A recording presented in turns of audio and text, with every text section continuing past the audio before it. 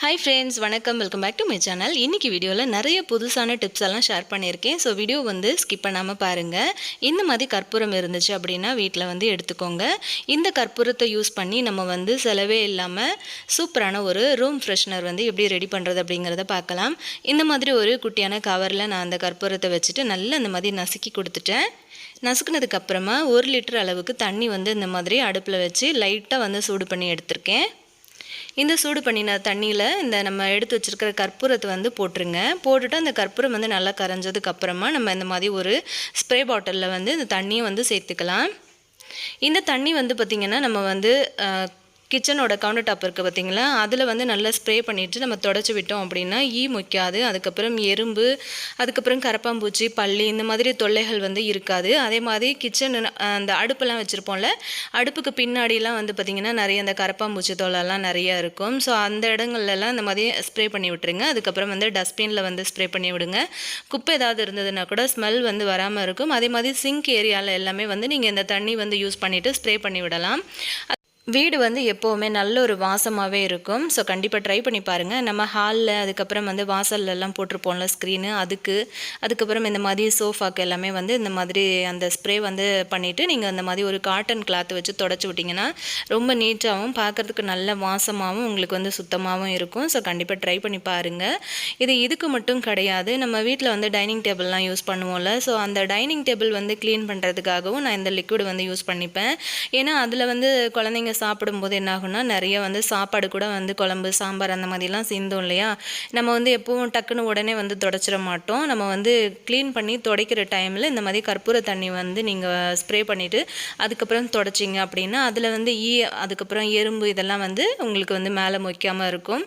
So எப்போவுமே நல்ல க்ளீனாக நீட்டாக உங்களுக்கு வந்து நல்ல வாசமாகவே இருக்கும். ஸோ கண்டிப்பாக இந்த டிப்பு வந்து ரொம்ப எஃபெக்டிவான ஒரு டிப்பு. கண்டிப்பாக ட்ரை பண்ணி பாருங்கள். இப்போ நம்ம அடுத்த டிப் என்னென்னு பார்க்கலாம். இந்த மாதிரி ஒரு கடாய் வந்து அடுப்பில் வச்சுருக்கேன். இதில் வந்து கொஞ்சமாக சால்ட் உப்பு வந்து சேர்த்துருக்கேன். அடுப்பு வந்து நல்லா சிம்மில் வச்சுட்டு இந்த சால்ட் உப்பை வந்து நல்லா வறுத்து கொடுத்துருங்க. இதுக்கு வந்து உங்களுக்கு நிறைய உப்பு தேவைப்பட்டுச்சு அப்படின்னா நிறைய வந்து நீங்கள் சேர்த்துக்கலாம். உப்பு வந்து இது வறுத்ததுக்கப்புறம் இது வீணாக போயிடுமான்னு கேட்டிங்கன்னா கண்டிப்பாக கிடையாது. இதை வந்து நம்ம சமையலுக்கு கூட யூஸ் பண்ணிக்கலாம். ஏன் அப்படின்னா வறுத்த உப்பு வந்து சாப்பிட்றது உடம்புக்கு ரொம்பவே நல்லது. ஸோ இப்போ பாருங்கள், நல்லா அந்த உப்பு ஆறுனதுக்கப்புறமா இந்த மாதிரி ஒரு பாஸ்கெட்டில் நான் வந்து கொட்டிட்டேன். இப்போ வந்து நம்ம வாங்கிட்டு வந்த பூண்டு எல்லாம் இருக்கும் இல்லையா, அந்த பூண்டை வந்து இந்த மாதிரி உப்பை வறுத்துட்டு நீங்கள் வந்து ஸ்டோர் பண்ணி பாருங்கள். உங்களோட பூண்டு வந்து 3-4 மாதம் ஆனாலும் பூண்டு வந்து கெட்டு போகாது. அது வந்து ஈரத்தன்மையாக இருந்துச்சுன்னா கூட உங்களுக்கு வந்து அந்த உப்பு அப்சர்வ் பண்ணிக்கும். ஸோ அதனால தான் நம்ம வந்து உப்பை வறுத்துட்டு சேர்க்குறது. இந்த மாதிரி செஞ்சதுக்கப்புறம் அந்த உப்பு கூட உங்களுக்கு பூண்டு முடிஞ்சதுக்கப்புறமா திரும்ப நீங்கள் வந்து ரீயூஸ் பண்ணிக்கலாம். ஸோ கண்டிப்பாக ட்ரை பண்ணி பாருங்கள். இப்போ நம்ம அடுத்த டிப் என்னென்னு பார்க்கலாம். இந்த மாதிரி கேரட் துருவுற தட்டு வந்து நம்ம எல்லார் வீடுகள்லையுமே வச்சுருப்போம். இது வந்து நாளாக ஆக என்ன ஆகும் அப்படின்னா அது ஒரு மாதிரி அந்த ஷார்ப்னஸ் வந்து நல்லா மங்கிடும். ஸோ நம்ம வந்து காய்கறிகள் வந்து சீவும்போது அது வந்து சரியாக சீவுறதுக்கு வராது. அதுக்காக என்ன பண்ணலாம் அப்படின்னு பார்த்தீங்கன்னா, வீட்டில் வந்து இந்த மாதிரி எல்லோரும் இடிகள் வந்து வச்சுருப்போம். அதோட அந்த கைப்பிடி இருக்க பார்த்தீங்களா, அதை எடுத்து இந்த ஆங்கிளில் வச்சுட்டு லைட்டாக வந்து அந்த மாதிரி தேய்ச்சி கொடுங்க. இந்த மாதிரி தேய்க்கும் போது உங்களுக்கு நல்லா அது வந்து நல்ல மழுங்கி போய் இருந்தால் கூட நல்ல ஷார்ப்பாகிடும் உங்களுக்கு. ஒன்ஸ் நீங்கள் கை வச்சு பார்க்கும்போதே நல்லா தெரியும். ஸோ கண்டிப்பாக ட்ரை பண்ணி பாருங்கள். இப்போ நம்ம அடுத்த டிப் என்ன அப்படின்னு பார்க்கலாம். இந்த மாதிரி விம் சோப்பு வந்து வீட்டில் இருந்துச்சு அப்படின்னா எடுத்துக்கோங்க. நான் வந்து இப்போ தான் ஓப்பன் பண்ணுறேன் புதுசாக சோப்பு.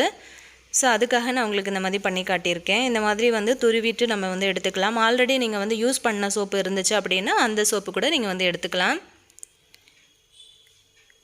ஸோ பாருங்கள், நல்ல அந்த மாதிரி குட்டியாக வந்து ஒரு கேரட் துருவுற தட்டு வச்சு துருவி எடுத்துக்கோங்க. பாருங்கள், இந்த மாதிரி துருவினதுக்கப்புறம் இதில் வந்து கொஞ்சமாக சால்ட் உப்பு வந்து சேர்த்துக்கலாம். ரெண்டுத்தையும் சேர்த்து நல்லா கலந்து விட்டதுக்கப்புறமா கொஞ்சமாக தண்ணி சேர்த்து இதை வந்து ஒரு பேஸ்ட்டு மாதிரி கரைச்சி எடுத்துக்கலாம். இதை வந்து நம்ம என்னத்துக்கு யூஸ் பண்ண போகிறோம் அப்படின்னு பார்த்தீங்கன்னா, வீட்டில் வந்து நம்ம கண்ணாடி பாத்திரங்கள் வந்து நிறைய வந்து யூஸ் பண்ணுவோம். இந்த மாதிரி பவுல், அதுக்கப்புறம் வந்து கிளாஸ் இதெல்லாம் வந்து யூஸ் பண்ணுவோம்ல. இதெல்லாம் வந்து பார்த்திங்கன்னா நம்ம யூஸ் பண்ண என்ன ஆகும்னா அதோட அந்த ஷைனிங், அதுக்கப்புறம் வந்து நல்ல அந்த பளிச்சுன்னு இருக்கிற கலர்லாம் வந்து மங்கிட்டு டோட்டலாகவே பார்த்திங்கன்னா டிஃப்ரெண்ட்டாக இருக்கும். அதை தான் நம்ம வந்து இன்றைக்கி நம்ம வாங்கும்போது எப்படி இருந்துச்சோ அதே மாதிரி ஆக்கலாம். ஸோ பார்த்திங்க அப்படின்னா இந்த மாதிரி ஒரு நம்ம ஸ்க்ரப்பர் வந்து யூஸ் பண்ணுவோம்ல க்ரீன் கலரில், அந்த மாதிரி ஸ்க்ரப்பர் வந்து யூஸ் பண்ணிக்கோங்க. ஸ்டீல் ஸ்க்ரப்பர் வந்து போடாதீங்க.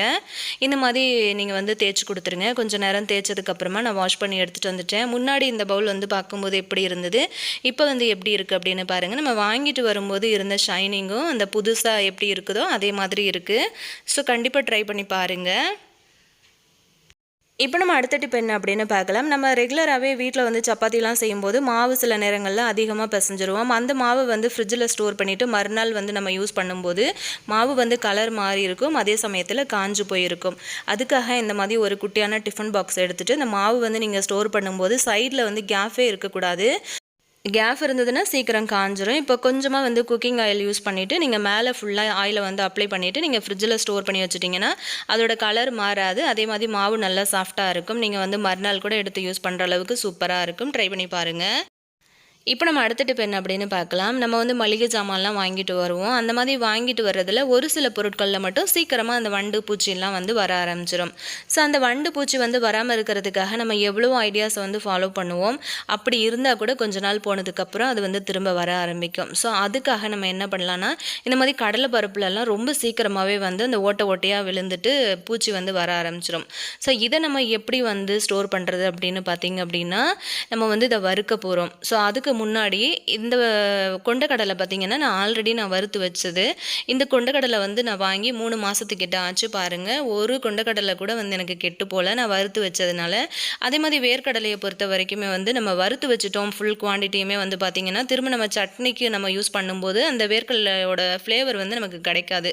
ஸோ நீங்கள் என்ன பண்ணலாம் அப்படின்னா, நிறைய வாங்கிட்டு வந்துட்டீங்க அப்படின்னா நீங்கள் வறுத்துட்டு ஃப்ரிட்ஜில் ஸ்டோர் பண்ணிக்கலாம். அப்படி இல்லைன்னா பச்சையா கடலையவே கூட நீங்கள் வந்து ஃப்ரிட்ஜில் ஸ்டோர் பண்ணி வச்சுட்டு கொஞ்சம் கொஞ்சமாக கூட நீங்கள் வந்து எடுத்து யூஸ் பண்ணிக்கலாம். இப்போ இந்த கடலை பருப்பு நம்ம எப்படி வந்து ஸ்டோர் பண்ணுறது அப்படிங்கிறத பார்க்கலாம். இந்த மாதிரி கடாய் வந்து அடுப்பில் வச்சுக்கோங்க. வச்சுட்டு இந்த பருப்பு எல்லாத்தையுமே வந்து கடாயில் சேர்த்துட்டு நல்லா இந்த மாதிரி வறுத்து கொடுத்துருங்க. ரொம்ப ஹை ஃப்ளேம்லலாம் எதுவும் வைக்காதீங்க. லைட்டாக சிம்மில் வச்சுட்டு இந்த மாதிரி வறுத்து கொடுங்க. அந்த பருப்பு வந்து லைட்டாக கலர் மாறி வரும்போது நம்ம ஸ்டவ் ஆஃப் பண்ணிவிட்டு இந்த மாதிரி ஒரு பாத்திரத்தில் கொட்டி ஆற வச்சிடலாம். இந்த கடலைப்பருப்பு நீங்கள் நார்மலாக வடைக்கு கூட யூஸ் பண்ணிக்கலாம். அதே மாதிரி நீங்கள் வந்து சாம்பார், கூட்டு, பொரியல் இந்த மாதிரி எது செஞ்சாலுமே உங்களுக்கு இன்னும் டேஸ்ட்டும் ஃப்ளேவரும் வந்து கொஞ்சம் தூக்கலாக தான் இருக்குமே தவிர உங்களுக்கு வந்து சீக்கிரத்தில் இது வந்து கெட்டு போகாது. ட்ரை பண்ணி பாருங்கள்.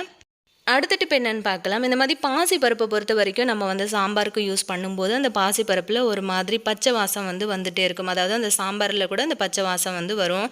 அந்த மாதிரி வராமல் இருக்கிறதுக்காக அதை வந்து வாங்கிட்டு வந்ததுக்கப்புறமா இந்த மாதிரி ஒரு கடாயில் கொட்டிட்டு நம்ம வந்து வறுத்து விட்டுடலாம்.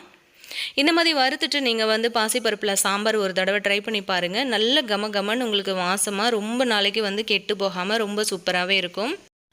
ஆறுனதுக்கப்புறமா ஒரு ஏர்டைட்டான பாக்ஸில் கொட்டிட்டு நீங்கள் வந்து ஸ்டோர் பண்ணி வச்சுக்கலாம். ரொம்ப சூப்பராக இருக்கும். கண்டிப்பாக ட்ரை பண்ணி பாருங்கள். இப்போ நம்ம அடுத்த டிப் என்னென்னு பார்க்கலாம்.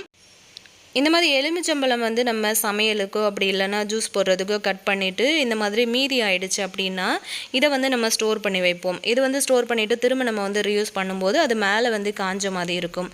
ஸோ அதுக்காக நம்ம ஆல்ரெடி யூஸ் பண்ண எலுமிச்சம்பழத்தோட தோல் வந்து எடுத்துக்கோங்க. அதுக்கப்புறம் வந்து இந்த மாதிரி ஒரு டூத் பிக் வந்து நம்ம எடுத்துக்கலாம்.